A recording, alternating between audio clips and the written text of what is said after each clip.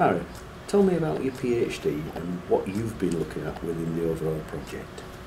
Well, what I'm particularly looking at is being able to incorporate body fluids or identification of body fluids into the DNA profile. And that's something that I've been working on for the past 3 years. And over the past maybe 6 months, we were able to finally achieve that with both blood, saliva, skin, and vaginal material. In terms of incorporating into the DNA profile, we've only done that with both blood and saliva. Not only can we now identify the individual, but we can also identify the body fluid. Mary Uchimoto is one of a number of researchers working on the project, which is led by project leader Graham Williams. Here Graham explains how the research could be a benefit to the legal professions. By identifying body fluid specific markers present within the vaginal material, we can actually say whether this DNA profile would obtain from the vaginal material as opposed to another body fluid, for example skin cells.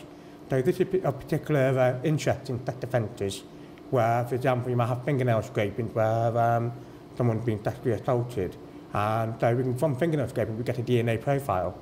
But however, at the moment we can't say whether that DNA profile would obtain from vaginal material or from skin cells. So by carrying out forensic RNA analysis, what we hope to be able to say is we've got a DNA profile matching this individual, and that DNA profile would obtain from the vaginal material. So if a suspect has been arrested for sexually assaulting a female, they take fingernail scraping, get a DNA profile, and send it from vaginal material. That is supporting the prosecution and much more definitively. How is that different from work that other groups, research groups, are doing? Aren't you looking at the MicroRNA as opposed to anything else? Well, yeah. We are. Yes, there are other groups that are working on messenger RNA. However, there are several disadvantages with that technique, including the length. So messenger RNA can be anything from 100 to 200 nucleotides in length, and because of that, it can be very unstable, especially towards environmental factors, so anything from UV light to heat and so on and so forth.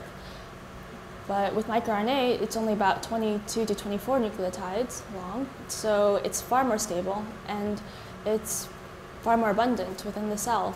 So even if it has been left out for a period of time, we shouldn't see that much degradation. If a piece of evidence had been found and it had been present in the place, it had been found for a long period of time. Is that the type of thing you mean? Yes, I mean obviously it would depend on how long it's been left out, but if it's maybe 24 hours or not something too extreme, we have done a few tests and it shows that we don't really see that much degradation. I mean, we did have one stain in the fridge that we just basically were looking around for, and it was about 10 months old and it had just been sat in the fridge. We didn't really see that much degradation at all. The University of Huddersfield, inspiring tomorrow's professionals.